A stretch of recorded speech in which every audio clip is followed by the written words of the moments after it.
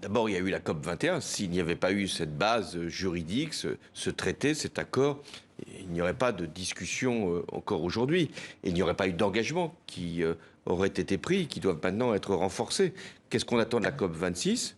C'est d'aller encore plus loin que la COP 21 sur les différentes obligations qui pèsent sur les États, puisqu'on sait maintenant que le réchauffement climatique que l'on imaginait à 1,5 degré Celsius d'ici la fin du siècle, c'est au milieu du siècle qu'il va se produire. Donc à partir de là, il faut arriver à la neutralité carbone. Et je pense que nous devrons aller vers un prix du carbone plus élevé et ça va avoir des conséquences très importantes pour l'ensemble des pays et notamment pour les consommateurs. Ouais. Sauf qu'il faut composer avec la crise énergétique actuelle, flambée des prix de l'essence, du gaz, de l'électricité.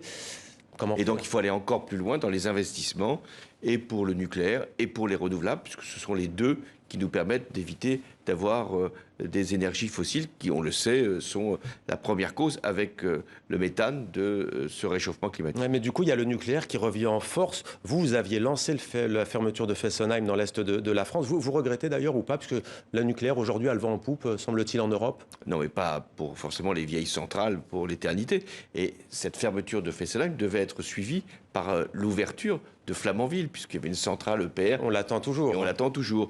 Donc à partir de là, je pense qu'il faut être conscient que nous aurons besoin du nucléaire, qu'il faudra donc prolonger les centrales et sans doute avoir aussi quelques réacteurs supplémentaires. Mais c'est énergie verte ou pas le nucléaire? Ursula von der Leyen, la numéro 1 de la Commission européenne, dit que le gaz naturel et justement le nucléaire font partie du bouquet énergétique, on va dire, vert.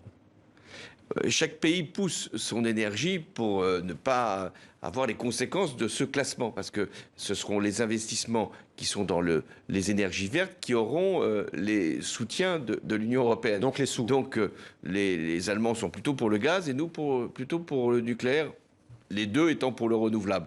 Donc à partir de là, si c'est un compromis, soit, mais entre le nucléaire qui ne produit pas de CO2 et le gaz qui en produit, je préfère le nucléaire à condition qu'il soit sûr. Alors là, je vous demande vraiment oui ou non. Les parlementaires belges s'apprêtent à reconnaître la notion juridique d'écocide, crime contre l'environnement. Emmanuel Macron a reculé sur cette question. C'était l'une des propositions de la Convention citoyenne. Il préfère parler de crime contre l'environnement.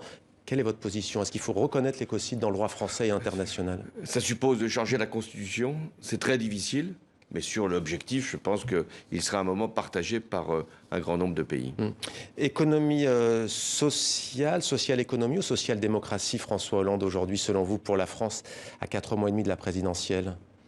La social-démocratie, c'est-à-dire cette vieille idée que on peut à la fois produire différemment et redistribuer les richesses, que l'on peut faire intervenir l'État quand c'est nécessaire, tout en laissant le marché là où il peut avoir sa place, et de pouvoir faire prévaloir le long terme par rapport à l'immédiat. Je pense que ce qu'on imaginait être une vieille lune devient un petit soleil.